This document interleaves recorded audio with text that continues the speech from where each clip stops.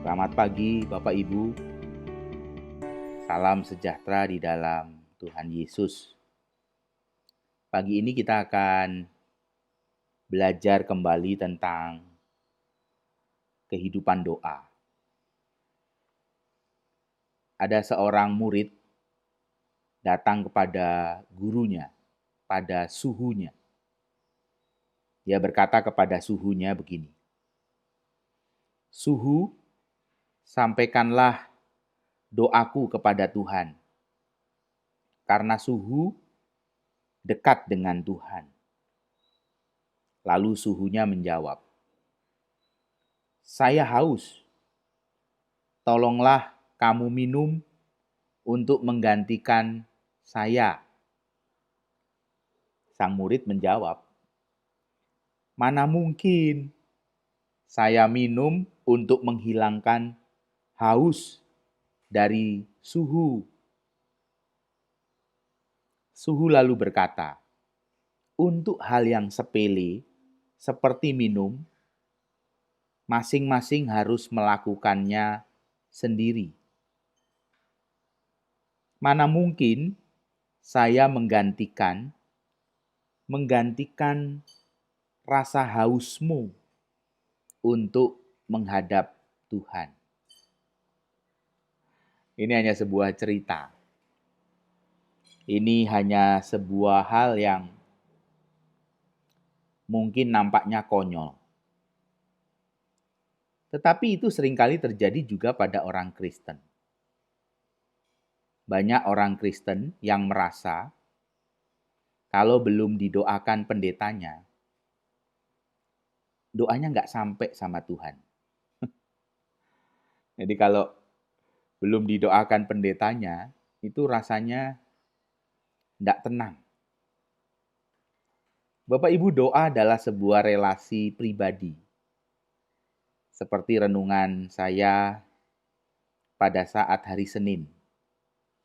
Saya mengatakan bahwa doa itu sebuah relasi rahmani. Relasi kasih sayang seorang bapak kepada anak, relasi seorang anak kepada bapak. Sebuah relasi yang tidak bisa diwakili. Sebuah relasi yang tidak bisa kemudian digantikan oleh orang lain. Apa yang kita rasakan, itulah yang kita bawa kepada Tuhan. Dalam relasi yang benar. Dalam relasi kasih sayang yang kita sadari bahwa Bapa mengasihi kita sebagai anak. Dan kita datang sebagai anak yang mengasihi Bapa.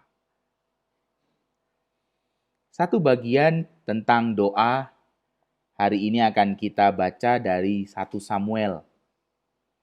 1 Samuel 1. Sebuah kehidupan dari Hana, ibu dari Samuel. Menarik sekali melihat kehidupan doa Hana. Saya ingin mengajak Bapak Ibu melihat beberapa bagian. Melihat 3 bagian. 1 Samuel 1 ayat 5. Dikatakan di sana, meskipun ia mengasihi Hana, ia memberikan kepada Hana hanya satu bagian. Ia itu adalah Elkana. Elkana memberikan sebagian, hanya satu bagian, kepada Hana untuk dipersembahkan pada Tuhan. Lalu dikatakan, sebab Tuhan telah menutup kandungannya. Bapak Ibu perhatikan alasan sebab Tuhan telah menutup kandungannya. Ayat yang kedua adalah ayat 6. Tetapi madunya selalu menyakiti hatinya, supaya ia gusar menyakiti Hana, Penina menyakiti Hana, supaya gusar hatinya. Alasannya muncul kembali. Karena Tuhan telah menutup kandungannya. Ayat yang ketiga kita perhatikan, ayatnya yang ke-10. 10 dan 11. Dan dengan hati pedih, ia, Hana, berdoa kepada Tuhan sambil menangis tersedu-sedu.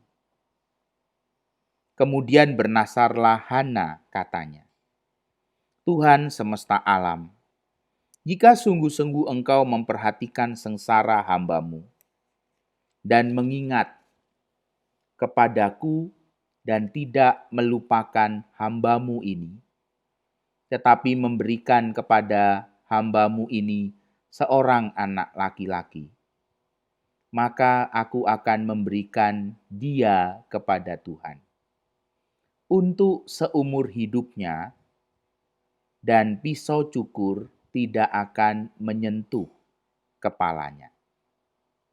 Demikian jauh pembacaan firman Tuhan. Yang berbahagia adalah setiap kita yang mendengar dan memelihara firman Tuhan. Bapak, Ibu, Saudara, perhatikan kisah Hana di dalam 1 Samuel. Dua orang yang dicintai oleh Hana, dua orang yang hidup bersama dengan Hana, yaitu Elkana suaminya, dan Penina madunya, itu melakukan sesuatu dengan sebuah alasan yang sama. Sebab atau karena Tuhan telah menutup kandungannya. Seolah-olah semua yang diberikan kepada Hana, semua perlakuan kepada Hana, itu tidak pernah dilepaskan dari sebuah alasan yang satu ini. Karena Tuhan telah menutup kandungannya.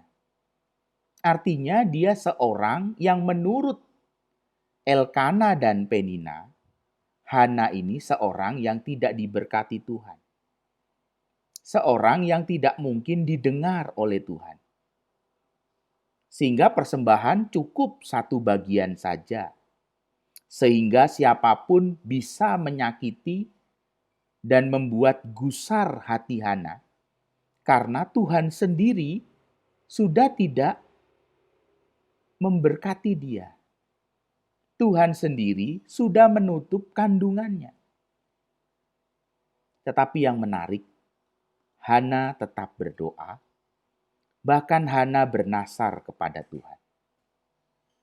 Dia meminta kepada Tuhan sesuatu yang dia sangat rindukan, dan sesuatu yang kemudian dikembalikan kepada Tuhan untuk dipersembahkan. Kerinduannya akan seorang anak dan komitmennya untuk memberikan anak pemberian itu kepada Tuhan kembali. Saya ingin mengajak Bapak Ibu melihat sikap doa Hana.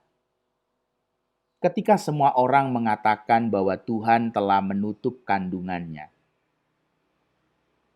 Hana memegang satu hal. Hana tahu bahwa semua orang mengatakan kepada dirinya, Tuhan itu loh, sudah menutup kandunganmu. Tuhan itu loh, sudah menutup berkat atas hidupmu sebagai seorang perempuan.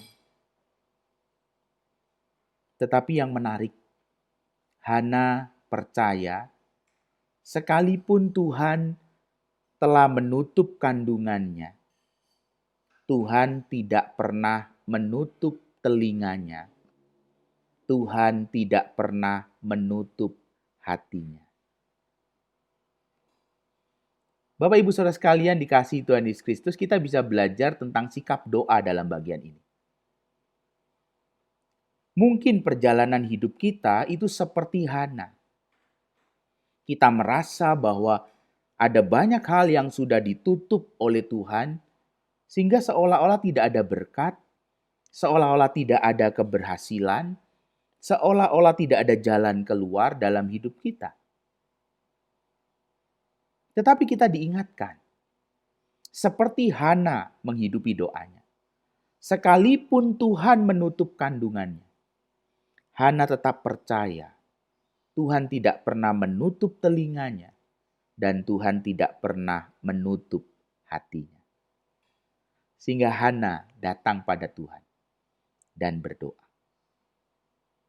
Tetaplah berdoa, karena Tuhan tidak pernah menutup telinganya dan tidak pernah menutup hatinya. Amin.